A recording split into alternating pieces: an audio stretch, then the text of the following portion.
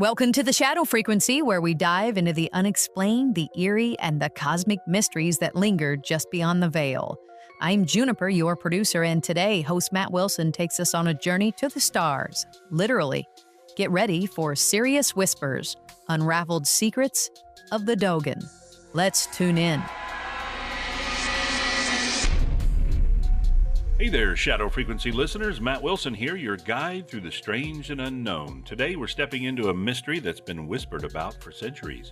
A tale that stretches from the cliffs of West Africa to the farthest reaches of the cosmos.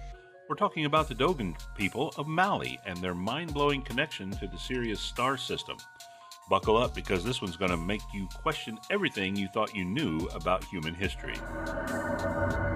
Picture this. A small tribe living a simple life carved into the sandstone cliffs of Mali's Bandiagara escarpment.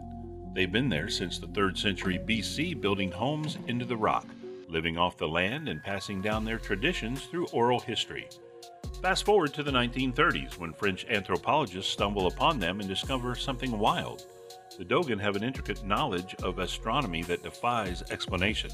We're not just talking about stargazing here. These folks knew details about the Sirius star system 8.6 light years away that Western science didn't confirm until decades later. How? That's the question we're unraveling today. Let's start with Sirius itself. It's the brightest star in our night sky, part of the Canis Major constellation, often called the Dog Star. But the Dogon didn't just admire its glow.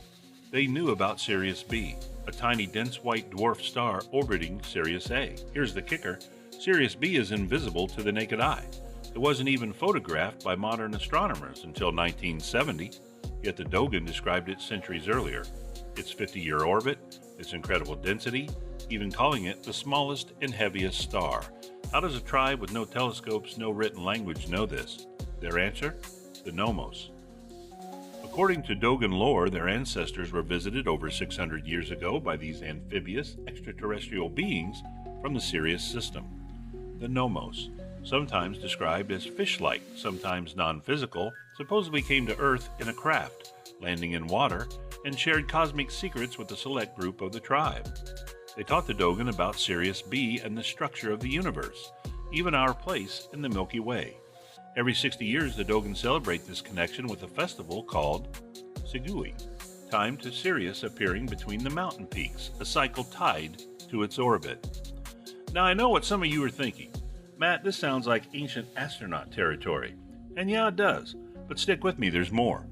The Dogon also hinted at a third star, Sirius C, which modern science hasn't fully confirmed but suspects might exist based on gravitational hints. Their artifacts, some 400 years old, depict these celestial details. They even had a creation story eerily similar to the Big Bang and understood subatomic particles, stuff we didn't figure out until the 20th century.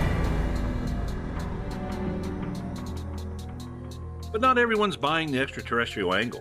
Skeptics like Carl Sagan argued that the Dogon might have picked up this knowledge from European explorers or anthropologists, like a cosmic game of telephone. Sagan pointed out they didn't know about planets beyond Saturn, suggesting their info was patchy, maybe borrowed. Others, like astronomer Ian Ridpath, say the French anthropologists who studied them in the 30s, Marcel Griault and Germain Dieterlen, might have fed them details either intentionally or by accident. Here's where it gets tricky though. The Dogon's knowledge predates the 1930s contact. Their oral traditions, their artifacts stretch back centuries, long before telescopes or Europeans showed up. And there's another twist. Their language uses ancient Egyptian words to describe Sirius, terms unused for millennia. Their societal structures mirrors Egypt too. Upper and lower kingdoms, a 360-day calendar. Could they be descendants of an Egyptian lineage that somehow tapped into this cosmic intel? Hold that thought, listeners. We're taking a quick break. When we come back, we'll dive deeper into the Nommos, the Egyptian connection, and whether the Dogon story rewrites our past. Stay tuned. Hey, Shadow Frequency fans, it's Juniper. Wow, Matt's really stirring the pot with this Dogon mystery, right? Are you leaning toward ancient aliens or skeptical about European influence? Either way, it's wild to think a tribe in Mali might have known about Sirius B centuries before the rest of us. Coming up, we're digging into those fishy Nommos and Egyptian links. Trust me, it gets weirder. If you're loving this, hit that like and subscribe button. Follow us on YouTube, TikTok, Facebook, also on Apple, Spotify, Amazon, iHeartRadio, Podbean, and all the podcast directories. Oh, and we've launched a Patreon at patreon.com/shadowfrequency. It's new and we love your support to keep these cosmic tales coming. Want to advertise with us? Reach out through Patreon. Right now, back to Matt. Welcome back to the Shadow Frequency. We're knee-deep in the Sirius whispers of the Dogon tribe, and it's time to talk about those Nommos. These beings are central to the Dogon story, amphibious, half-human, half-fish, said to come from a watery planet in the Sirius system. Some accounts say they were physical, others claim they were spiritual entities who avoided too much human contact. Either way, they left a mark. The Dogons say the Nommos shared not just astronomy, but wisdom about life, the universe, everything. Think cosmic professors dropping by for a crash course. Then there's that Egyptian connection. Sirius was huge in ancient Egypt, linked to the goddess Isis, who some say ties back to the same star system as the Nommos. The Dogon's use of the old Egyptian terms for Sirius isn't random. Could their ancestors have migrated from Egypt carrying this stellar knowledge with them? Or did both cultures tap into the same extraterrestrial source? In Mesopotamian lore, there's even a fish god, Dogon, echoing the Nommos vibe. Coincidence? Maybe not. So what's the truth? Were the Dogon visited by star beings who gifted them secrets of Sirius? Did they inherit this from a lost civilization? Or is it all a misunderstanding amplified by eager anthropologists? I lean toward the cosmic angle. Those details about Sirius B and C are too precise to shrug off. But I want to hear from you. Drop your thoughts in the comments or, hit us up on Patreon. Before I go, let's linger on this. The Dogon story challenges our timeline of discovery. If they're right, it's not just about where they came from, it's about where we came from. Sirius, shining bright, might hold more secrets than we're ready to hear.